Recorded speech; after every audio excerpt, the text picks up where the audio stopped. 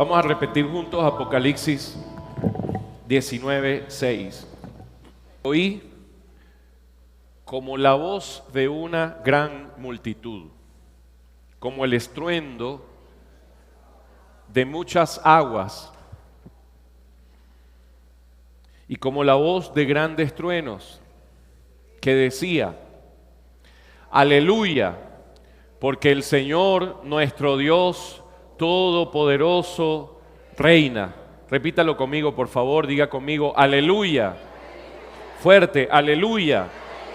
Porque el Señor nuestro Dios Todopoderoso reina. Una vez más, diga aleluya, porque el Señor nuestro Dios Todopoderoso reina. Cierre sus ojos y dígale: Señor, tú eres el Rey, tú reinas sobre todas las cosas. Aleluya, amén, amén. Tomen asiento, por favor. Este pasaje que acabo de leerles es uno de mis favoritos. Quiero citarlo el día de hoy y que nosotros lo leamos en el contexto de lo que eso significa en nuestra vida y de lo que significa incluso en nuestro país, particularmente en el proceso que nosotros estamos viviendo hoy. En lo que pasa en el país hoy yo no soy neutral y nunca lo he sido.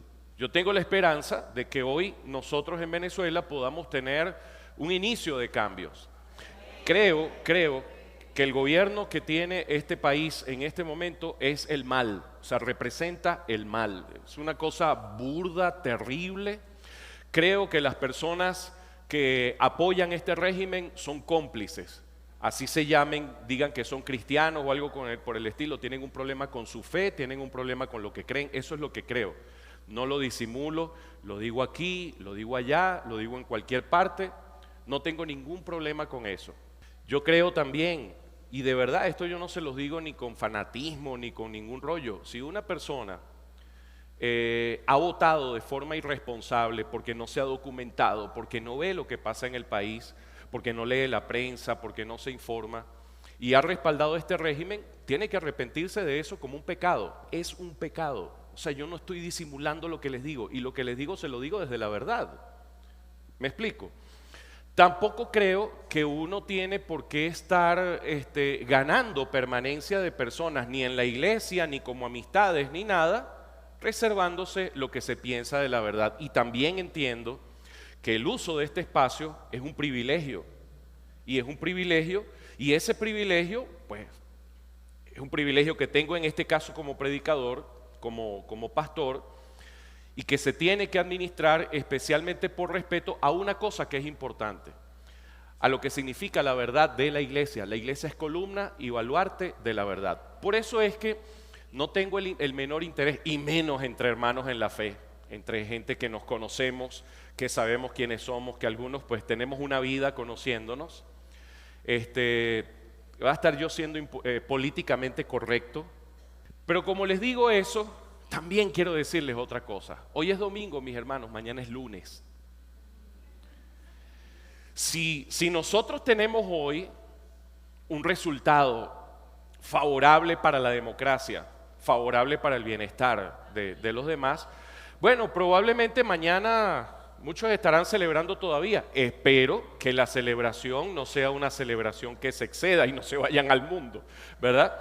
Y si no, bueno, mañana va a ser un día tenso, me imagino.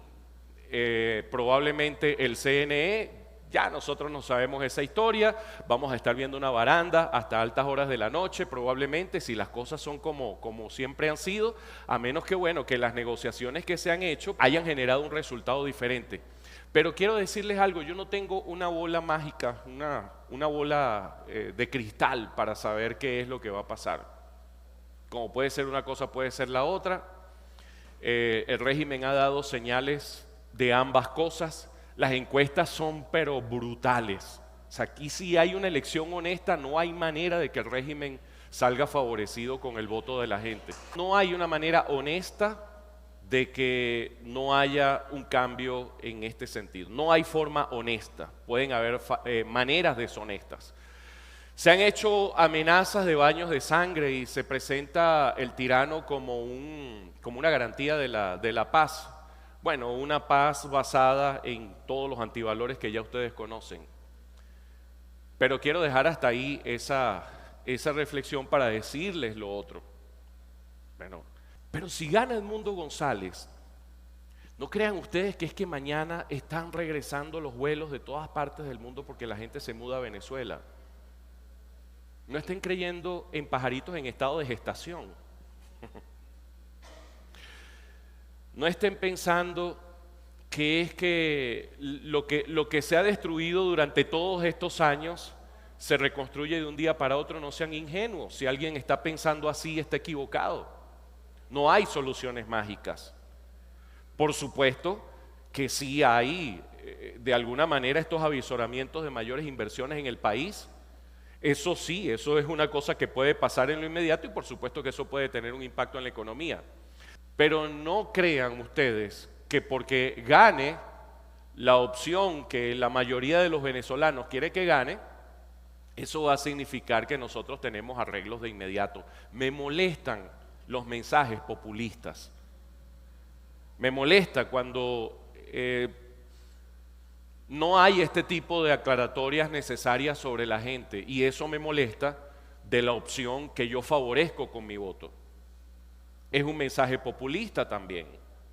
Es decir, es un mensaje que le está prometiendo cosas de inmediato a una población que no le puedes prometer eso de una vez. Entonces, usted salga a votar y salga a votar por la opción que representa los valores más claros. Salga a votar por la democracia, salga a votar por un régimen de libertades. Eso es lo que yo les puedo decir. Pero no esté creyendo, mis hermanos, en que es que hay soluciones mágicas para las cosas, porque tu progreso va a estar basado en tu persona, en el trabajo, en el esfuerzo que haces, por supuesto, en la gracia del Señor, en la vida de nosotros. Cambiar de la idolatría de una persona que se ha muerto y se le trató de convertir en una suerte de divinidad y se trató de constituir un culto de Estado, y cambiar de esa idolatría a otra idolatría es una muy mala idea. Las lealtades políticas no pueden ser lealtades basadas en temas absolutos o lealtades absolutas. Uno tiene que tener una cosa muy clara. A mí me importa primero lo que diga la Biblia, lo que dicen mis confesiones de fe, y hoy domingo, lo más importante que yo puedo hacer el día de hoy, este domingo, es congregarme. No tengo otra cosa que sea más importante. Y me voy a congregar, y estoy aquí desde la primera y segunda celebración, y no estamos en este caso distribuyendo turnos, bueno, porque yo tengo una responsabilidad ministerial en este lugar. Y si eso a mí me impidiera votar, pues no voto. ¿Me explico? ¿Por qué? Bueno, porque uno tiene que ser congruente con lo que está creyendo. A la Iglesia Católica Romana no le hicieron una llamada, ni a la Conferencia Episcopal Venezolana, para que dejaran de hacer misas. Todas las iglesias católicas romanas están haciendo su misa, como debe ser. Porque si el Estado o cualquier funcionario público se le ocurriera decirle a la iglesia cuándo se tiene que reunir, bueno, hay que poner a la gente en su sitio. Yo no le presto atención a eso y me parece deplorable, me parece colaboracionista, otra cosa. Me parece además un mal mensaje para la gente. Es el mensaje de decirle a la gente, preocúpense, algo puede pasar o lo que sea. Hermano, las cosas que van a pasar, pasan y ya. Y haciendo esa aclaratoria, yo quiero que usted vaya a ese texto que acabamos de leer, porque es una verdad fundamental, es una verdad demasiado importante. Y es una verdad que es básica. Lo que es básico es porque está en la base de la fe. Y es una verdad que suena sencilla, pero envuelve una gran profundidad. El Señor, nuestro Dios Todopoderoso, reina. ¿Cuándo reina el Señor? Nosotros estamos viendo que este es el texto de Apocalipsis. En el cierre de la historia está diciendo toda esa gente que suena como la voz de una gran multitud, como un estruendo de muchas aguas, y yo me imagino en este caso las aguas, por ejemplo, de las caídas de agua de Iguazú, que son tan fuertes que a 1 hora de distancia antes de llegar a ese lugar se puede escuchar el sonido de las aguas cómo debe ser ese espectáculo de estar ahí, como estar, por ejemplo, en los grandes ríos impresionantes en el estado Bolívar, donde las caídas de agua son estruendosas, son una cosa que da una sensación de magnificencia, algo extraordinario. Como una multitud gigantesca, y así suena, y la gente lo que dice es que el Señor reina. Y este es el acontecimiento del final de la historia. En el final de la historia, el Señor reina. Eso. Pero es que no solamente reina en el final de la historia, reina antes de la historia, en un tiempo que no era tiempo, porque se llama eternidad. Y en el tiempo que no es tiempo, porque es antes de la inauguración del tiempo, Él reina, porque es parte de su atributo. Y en el tiempo, que es esto que nosotros estamos viviendo, que lo clasificamos en pasado, presente y futuro, el Señor reina. Él es el Rey ahora, y la conclusión de la historia dice que Él reina al resto de la eternidad. Estas palabras tienen un significado extraordinario para la vida de cada uno de nosotros, porque en medio del gran vacilón nacional que nosotros hemos vivido, decir que el Señor reina parece una contradicción. En medio de los grandes enfrentamientos de nuestros días, cuando pareciéramos estar mareados de noticias, que inició la guerra en Ucrania, que hay guerra en Israel, que hay una amenaza de guerra mundial, que hay amenazas en el mundo, que las cosas están complicadas, que puede pasar esto, que puede pasar lo otro, que quizás hasta en los Estados Unidos puede haber una guerra civil. Y uno dice, ¿qué me interesa que pase en los Estados Unidos? Que lo que pasa en Estados Unidos tiene repercusiones en el mundo, como también lo que pasa en China tiene repercusiones en el mundo. Entonces, cuando uno ve todo lo que sucede en nuestro entorno, uno puede parecerle que todo es un caos. En medio del caos, en el caos primigenio, el Espíritu de Dios puso orden. La Biblia dice que el Espíritu de Dios se movía sobre la faz de las aguas. Pero lo que yo les quiero decir es que hay una vocación de Dios en relación al orden. Cuando usted está ordenando en su casa y cuando usted pone estructura en su manera de pensar, en el proyecto de su vida, usted está haciendo algo que es de Dios ordenar, ¿ok? Es de Dios ubicar las cosas en un parámetro que apunte a la belleza, a la simetría. Después de todo, la belleza es simetría. Cuando usted agarra y dice, este poco de libros, ¿cómo los voy a poner? Si lo pongo de mayor a menor o lo pongo de tal manera. O sea, hay una búsqueda interna de la simetría, porque nosotros venimos con un acondicionamiento que busca la belleza, y generalmente la belleza se relaciona con lo simétrico, con lo estético, entre otras cosas. Ahora bien, que yo entienda entonces, esto que parece tan simple que acabamos de leer, que apunta a la idea de que Dios es soberano, no medio soberano, totalmente soberano. Esa es la idea a la que apunta el texto bíblico. Dios es totalmente soberano, tiene control de todas las cosas, y Él va a generar su orden, y en medio del caos hay un tránsito al orden. Comprender esto es una comprensión de quién es Dios. ¿Quién es Dios? Dios habita en la eternidad. Dios actúa en la temporalidad.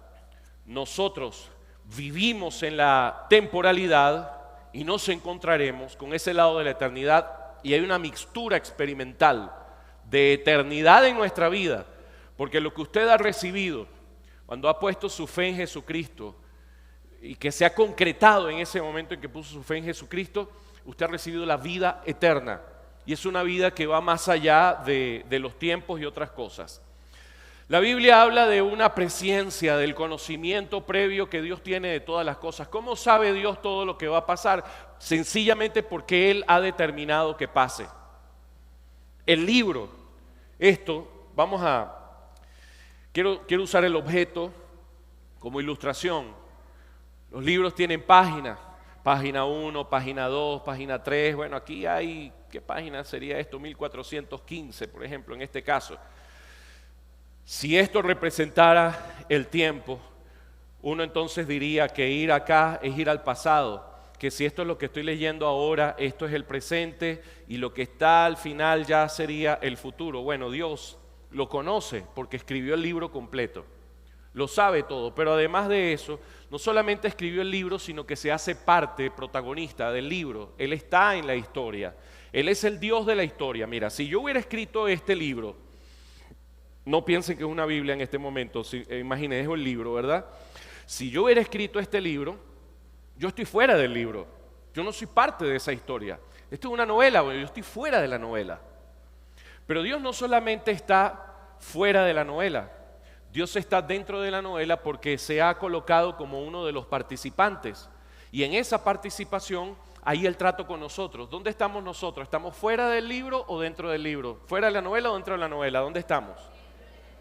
Estamos adentro, ¿ves? Y vamos viviendo página a página, y esa vivencia de página a página se llama la historia. ¿Me explico? Y nosotros en este momento estamos cada uno en una página particular, ¿verdad? Usted está en la página tal, por ejemplo, si usted tiene un atajaperro mental en este momento, bueno, usted está viviendo hoy el número de página donde se siente incómodo. ¿Me explico? Entonces, ojalá pases a la página donde te acomodas.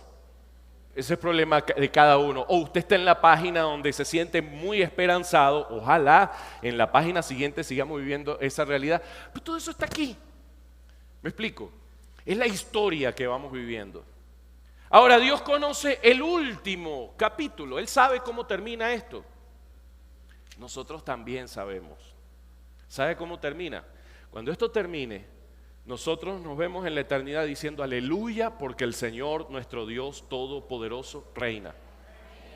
Así termina la historia en este caso. Y tienes un arranque de la experiencia de la eternidad. Entonces, entender esto es entender a Dios. Estamos entendiendo a Dios. Dios tiene presciencia, es decir, ciencia, conocimiento y de antes, ¿verdad? Un conocimiento antes que sucedan todas las cosas. ¿Por qué? ¿Por qué lo sabe antes? ¿Por qué lo sabe antes? Hermana, ¿qué va a almorzar? ¿Qué va a almorzar usted? Todavía no sabe. ¿Alguien sabe aquí qué es lo que va a almorzar? ¿Tú sabes qué vas a almorzar? No sabe todavía. ¿Y usted? ¿Nadie sabe aquí qué va a almorzar? Tú vas a comer parrilla. Ah, ok.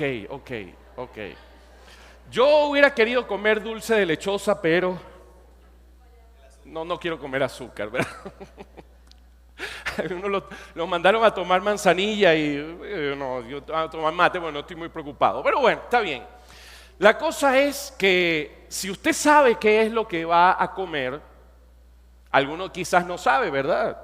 Chévere tener sorpresas en el día. Pero si sabes lo que vas a comer es porque lo has previsto antes, porque tú conoces, yo sé lo que hay en la casa, yo sé con qué puedo cocinar, yo sé qué es lo que puedo hacer y eso me hace saber qué es lo que va a pasar. Sé lo que va a suceder porque lo he previsto. Así entonces es la presciencia de Dios. Es el conocimiento, pero es un conocimiento que está basado en las decisiones que Él mismo toma. Porque si la presciencia de Dios no dependiera de las decisiones que Él mismo ha tomado, entonces habría otro factor que genera los hechos y ese otro factor sería Dios entonces. Es decir, no puede haber un destino soberano independiente, porque si hubiera un destino soberano e independiente, entonces Dios no tendría control de eso. Y quiere decir que habría entonces otra voluntad, otra soberanía, y cada voluntad tiene sus condiciones soberanas. Bueno, yo no voy a tratar de resolver temas teológicos de gran profundidad con el poco tiempo que tengo, pero sí decirles que Dios tiene presciencia porque Él mismo ha establecido las cosas. En 1 de Pedro capítulo 1 verso 2 dice que nosotros fuimos elegidos según la presciencia de Dios Padre y fuimos elegidos para obedecer y ser rociados con la sangre del Cordero, la sangre de Jesucristo. Eso es lo que dice 1 de Pedro 1:2. Anótenlo, anoten el texto bíblico para que luego lo busquen en su casa. Luego uno de los capítulos más extraordinarios que tenemos en la Biblia, que es Romanos capítulo 8. Es un capítulo extraordinario y dice, y sabemos que a los que aman a Dios, verso 28, sabemos que a los que aman a Dios, todas las cosas, ¿cuáles? Todas las cosas les ayudan a bien. Esto es a los que conforme a su propósito son llamados. Y nos pasan tantas cosas, pero la Biblia dice todo ayuda a bien. ¿Cómo ayuda a bien incluso cuando pasan cosas malas? Muchas veces es misterioso, a veces nosotros lo sabemos después. José, cuando lo metieron sus hermanos, lo traicionaron, lo metieron en la cisterna, lo encerraron allí, ¿qué iba a saber José de que eso iba a ser bueno para su vida? Luego lo vendieron como esclavo, ¿qué iba a saber José que eso era necesario que pasara porque eso iba a ayudar a bien? Luego a José, estoy refiriéndome a José, en el libro de Génesis, ¿verdad? Luego a José lo llevan para Egipto y lo venden entonces a un potentado egipcio. ¿Qué iba a saber que eso iba a ser finalmente bueno para José? Después llega la esposa de Potifar y le echa los perros a José y entonces José no le presta atención, no quiso nada con ella y entonces la mujer lo difama. ¿Qué iba a saber José? Que incluso la difamación de esta mujer a él lo iba a ayudar para bien. El mal que ocurrió a su alrededor lo ayudó para bien. Después lo metieron preso. ¿Qué iba a saber José? Que estar preso en ese caso iba a ser algo finalmente bueno. Alguno ya a esas alturas se hubiera suicidado, hubiera renegado de Dios y todo lo demás. Bueno, José siguió confiando en Dios. Después que estuvo preso, le interpretan los sueños a uno y a otro. Y se olvidaron también. ¿Y qué iba a saber José? Que aún la ingratitud de estas personas iba a ayudarlo a bien. Y así sucedieron tantas cosas. Al final le ayudó a bien, a él y a toda su familia. Dios utilizó incluso los males del entorno para bien de aquel que le amó. Dios también te va a ayudar a ti para bien. Tienes que confiar en el Señor. Dice a los que aman a Dios, a los que aman a Dios. ¿Amas al Señor? ¿Sigues al Señor?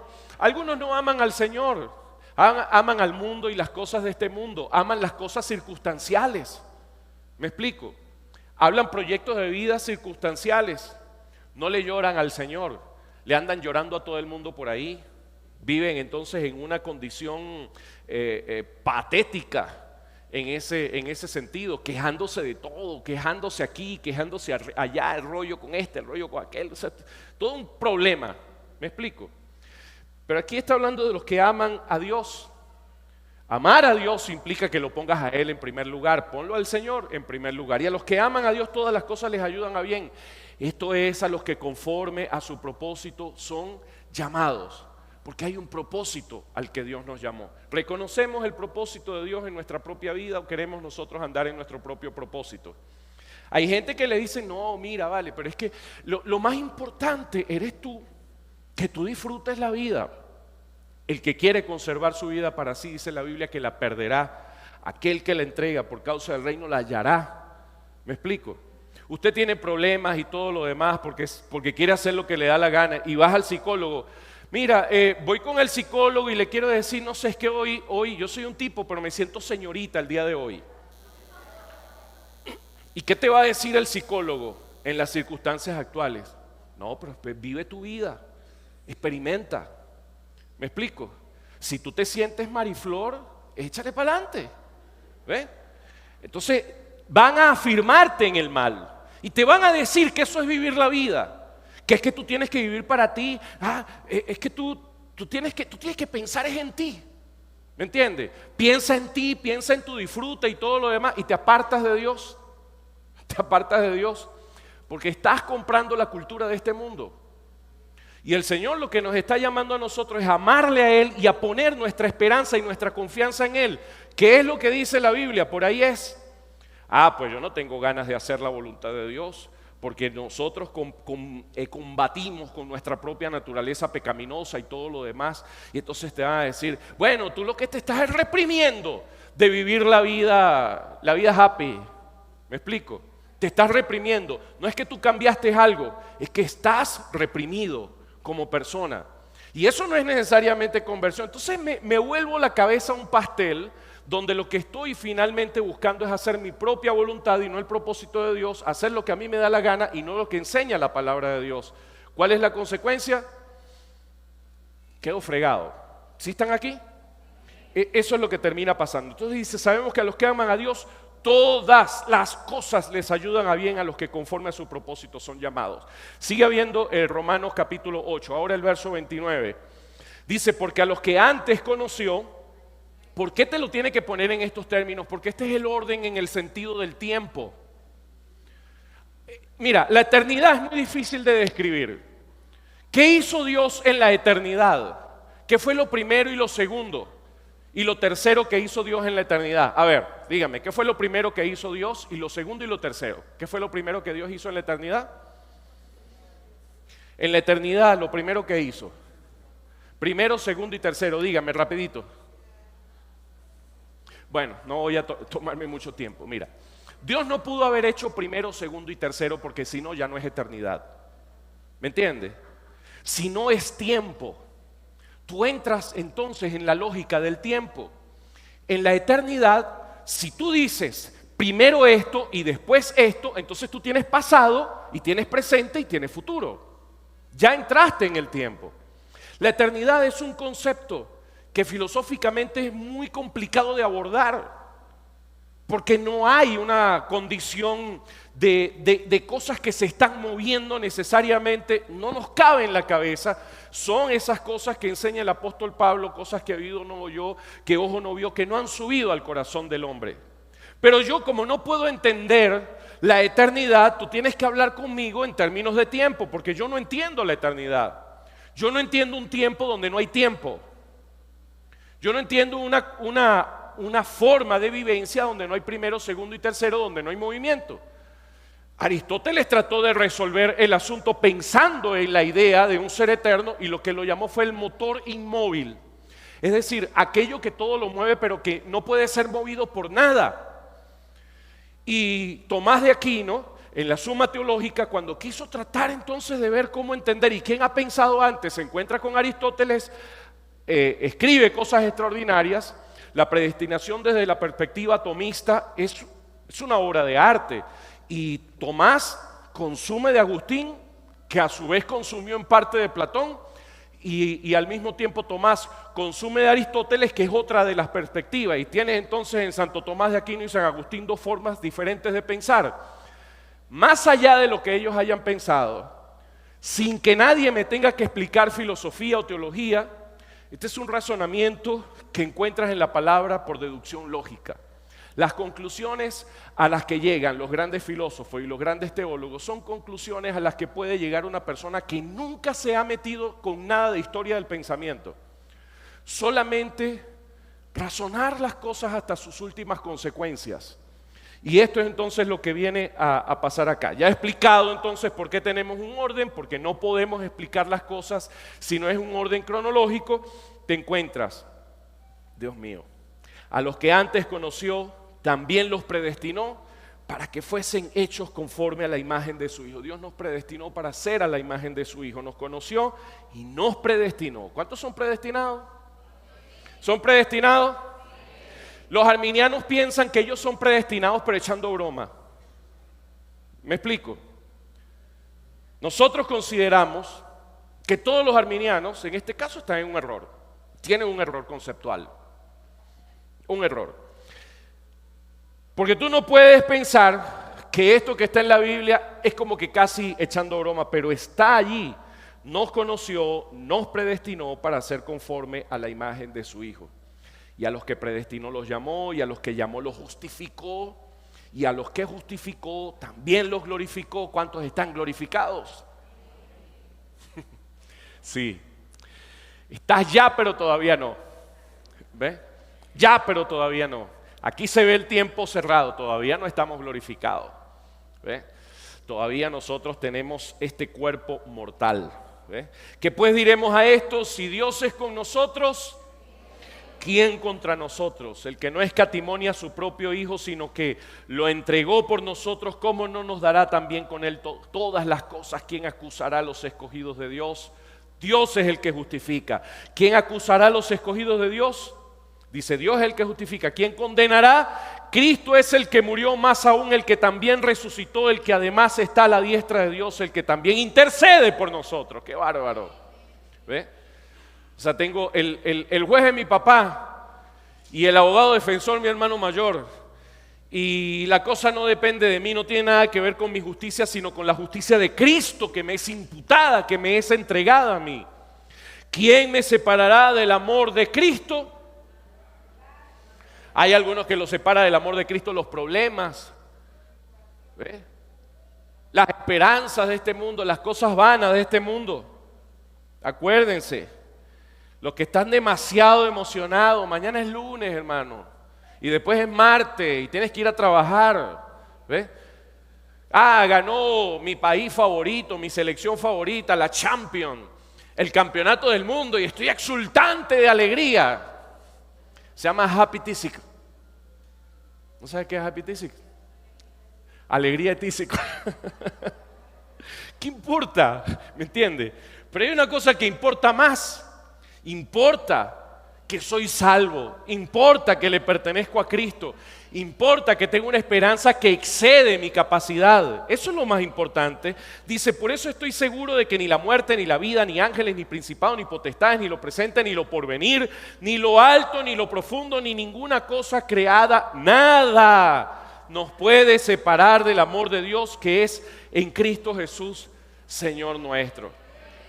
Quiero leerles Romanos 9, que ni siquiera he entrado al cuerpo del mensaje, pero ¿qué significa esto? Significa liberación de la vida.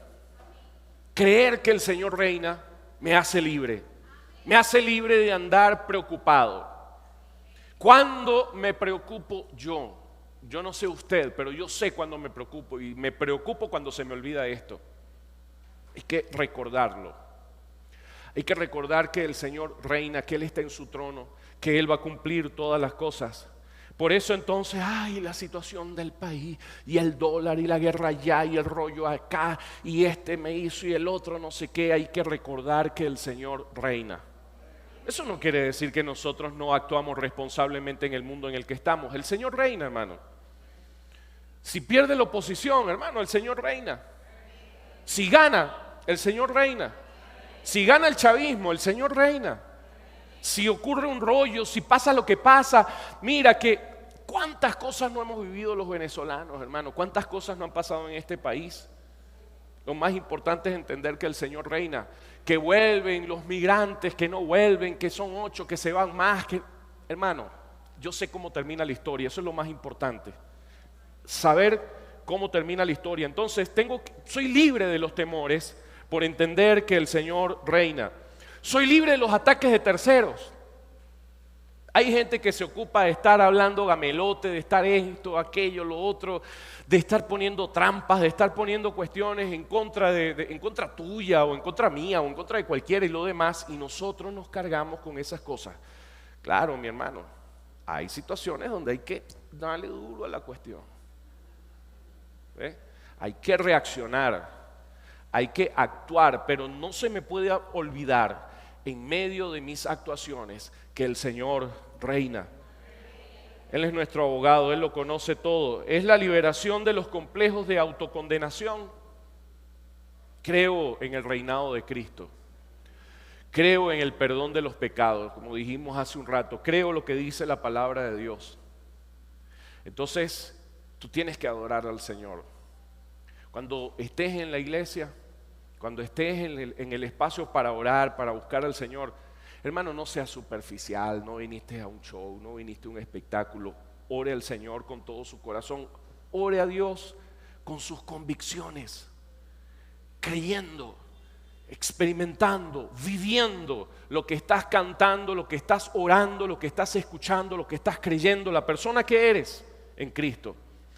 ¿Qué representa esto? La convicción, que significa que finalmente la derrota del pecado, la derrota del mal, es un hecho que está decretado, que está listo, está hecho desde la eternidad. Y este es el mensaje central del libro de Apocalipsis.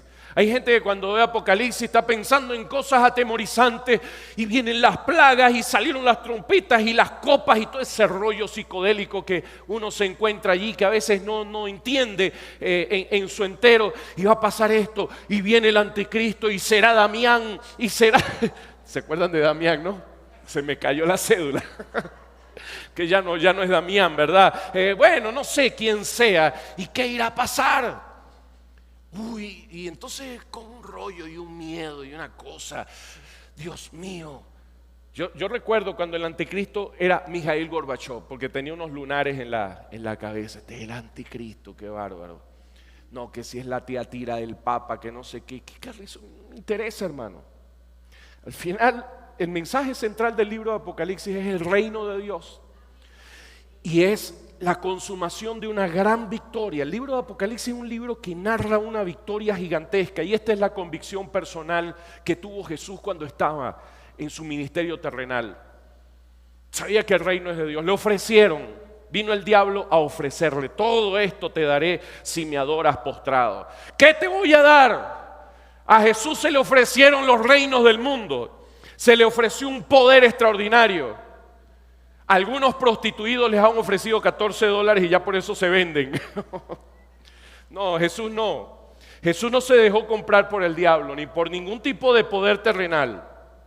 La convicción que Jesús tuvo en la tierra pudo darle paz en medio de las circunstancias más aciagas de la vida. La convicción que tuvo Jesús en la tierra del reino de Dios, porque es lo que predicó, el evangelio del reino, es algo que guió su ministerio. Y esta es la seguridad de los santos del Señor de todas las edades, de todos los tiempos, de los que perdieron su vida en los martirios, que fueron perseguidos y entregaron su vida sabiendo que el Señor reina. Esta es una convicción que a nosotros nos da consuelo. Consuelo en medio de los juicios de este mundo.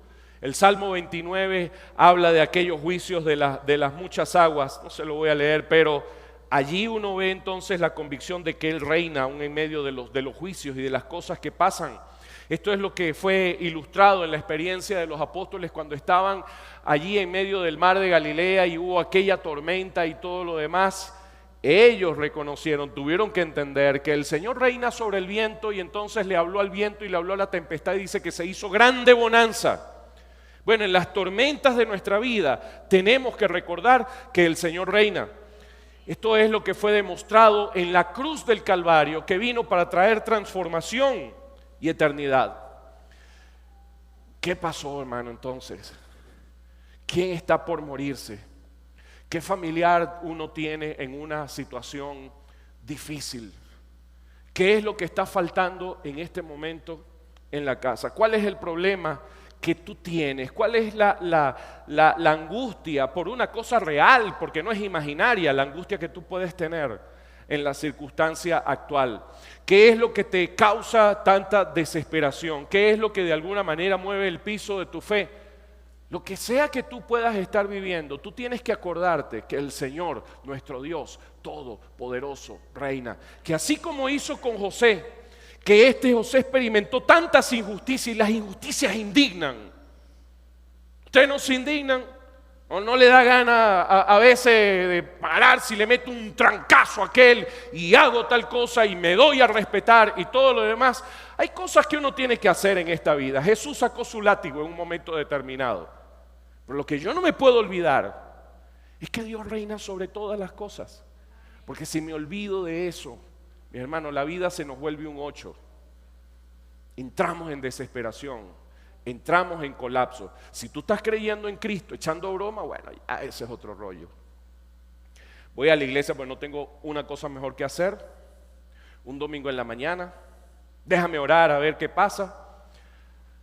¿Estás creyendo entonces en un sentido superficial? Eso nos pasa. Y a veces se nos olvida. Por eso la palabra del Señor nos enseña a recordarnos unos a otros. No dejemos de congregarnos como algunos tienen por costumbre cuando dice la palabra de Dios eso. Pero también dice: considerémonos unos a otros para estimularnos, para animarnos al amor y a las buenas obras. ¿Con qué yo me animo al amor y a las buenas obras? Escuchando la palabra. ¿Me explico? Yo necesito que me recuerden las promesas del Señor. Tú tienes que recordarlas también, pero no superficialmente. No es una fe de cartón. Es compromiso con el Señor, es vivir la palabra del Señor, creerle al Señor, que en medio, por ejemplo, de los errores que cometas, de las aflicciones que pases, de las circunstancias que pases, el Señor, nuestro Dios todopoderoso, reina.